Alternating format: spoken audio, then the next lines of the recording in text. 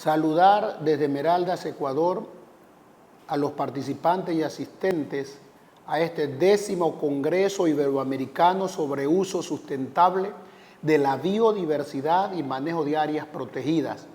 Felicitar a UNICEF, a REIMA, a Pacific y a todas las organizaciones que hacen posible esta actividad académica científica que contribuye a mejorar la calidad de vida de todos nosotros.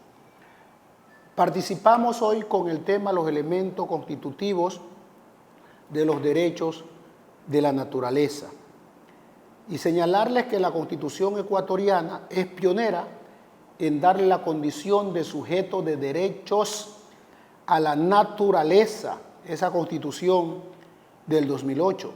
Pero señalamos que estos derechos que nos trae la Constitución en su artículo 71 y 72 no son equiparables con los derechos humanos o los que estos han creado para la protección del ambiente en su beneficio.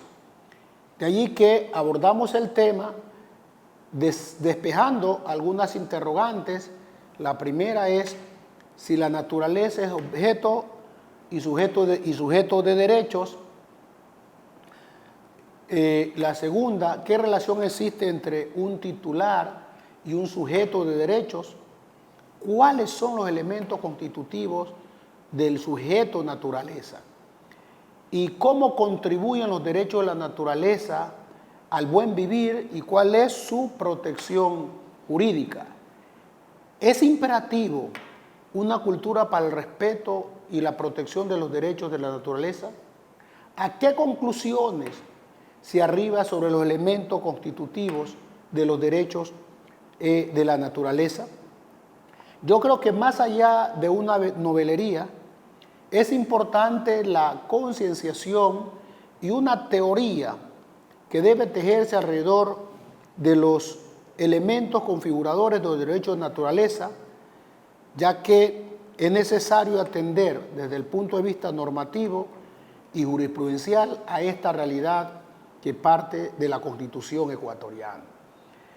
Sabemos nosotros qué es lo que un objeto desde el punto de vista jurídico, que es la norma, que es el derecho violado, el bien o interés jurídicamente protegido, el objeto de acción delictivo o simplemente objeto es materia. Mientras que los sujetos son las personas, sea esta individual, sea colectiva, conforme lo señala el Código Civil ecuatoriano.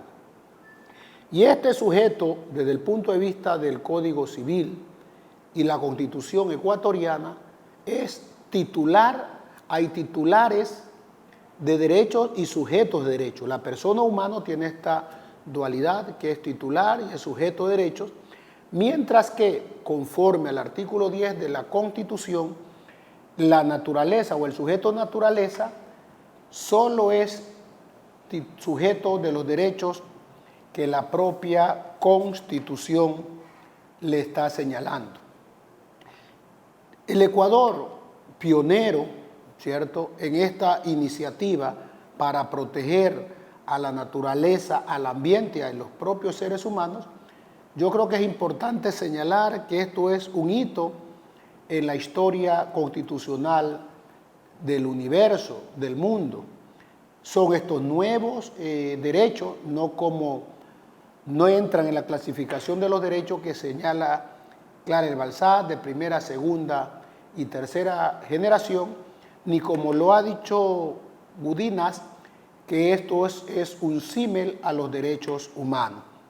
Yo creo que no, por eso es la insistencia en una teoría sobre los derechos humanos para el respeto y cumplimiento de la misma. Estos son entonces los elementos constitutivos del sujeto naturaleza, a que se respete integralmente su existencia, mantenimiento y regeneración de sus ciclos vitales, estructura, funciones, proceso evolutivo y la restauración.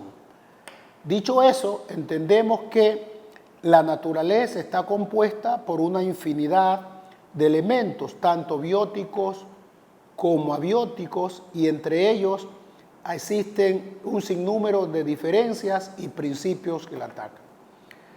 Estos derechos, si bien es cierto, están caracterizados desde nuestro punto de vista por una vaguedad y una ambigüedad, y en todo caso no son equiparables a los derechos humanos, al menos en lo que respecta al sujeto y al ámbito de relaciones que se protegen a cada uno o en alguno de los elementos configuradores de aquellos. El ser humano es indivisible, individualizable en términos jurídicos, a contrario de la naturaleza. Algunos de estos derechos, efectivamente, los de los seres humanos, son relacionados con el ambiente y la calidad de vida de este, que en el lenguaje de la Constitución ecuatoriana se identifica bajo la rúbrica de el buen vivir.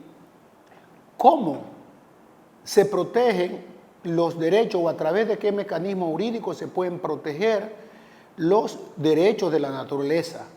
Yo creo que sí, que con un grado de eficacia similar a que se consiga a través de la protección de los derechos humanos, pero a condición de aceptar que la naturaleza, hay entes que requieren una mayor protección que los demás, y asegurar los derechos de unos necesariamente se violan los derechos de otros.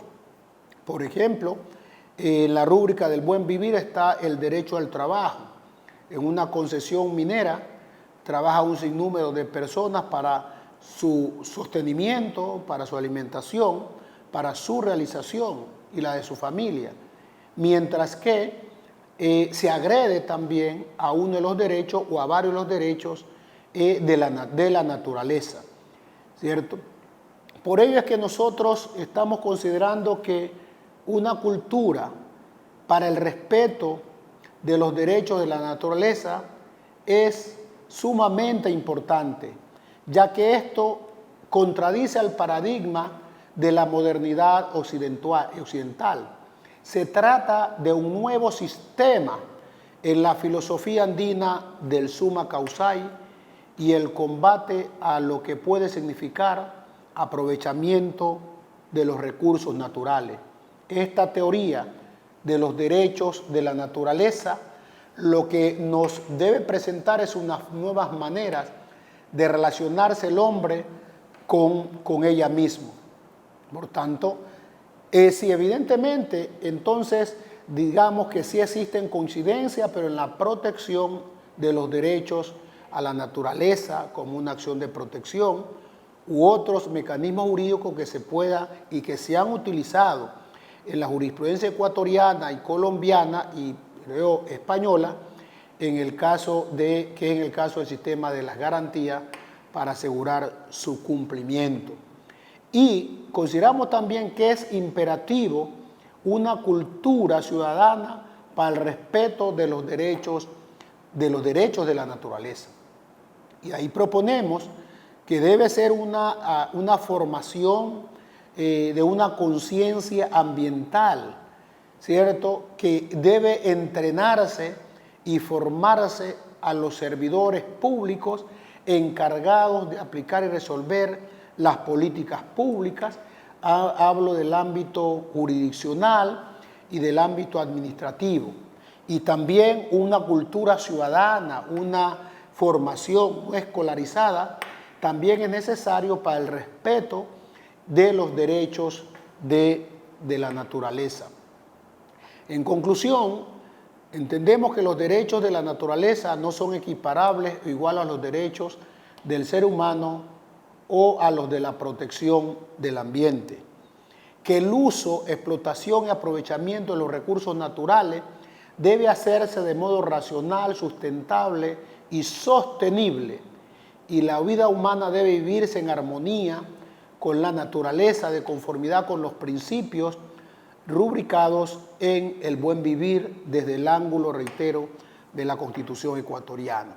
Que una dimensión que sitúe en el campo de la axiología, en donde se planteen formas de relacionarse el hombre con la naturaleza, como lo afirma Alexei, es necesaria, pero con principios y valores vinculados al reconocimiento de la naturaleza como sujeto de derechos, que la construcción de una teoría de los derechos de la naturaleza desde una perspectiva jurídica se presenta bastante compleja, aunque es necesaria, principalmente compleja por el carácter de heterogeneidad e indeterminación del sujeto que se le atribuyen los derechos que hemos visto en los artículos 71 y 72, así como la superposición de muchos de sus elementos configuradores con los propios de los derechos humanos, lo que hace instituir la nulidad de una teoría autónoma, por tanto,